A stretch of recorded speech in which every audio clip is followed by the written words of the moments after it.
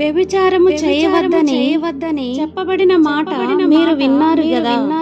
నేను మీతో చెప్పునదేమనగా ఒక స్త్రీని మోహపు చూపుతో చూచు ప్రతివాడు అప్పుడే తన హృదయమందు ఆమెతో వ్యభిచారము చేసిన వాడగును.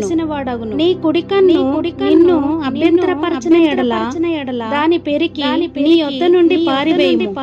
నీ దేహమంతయు నరకములో పడవేయబడకుండా నీ అవయవములో ఒకటి నశించుట నీకు ప్రయోజనము కదా.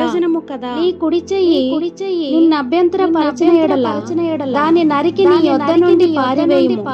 నీ దేహమంతయు నరకములో పడకుండా నీ అవయవములో ఒకటి నశించుట నీకు ప్రయోజనము కదా.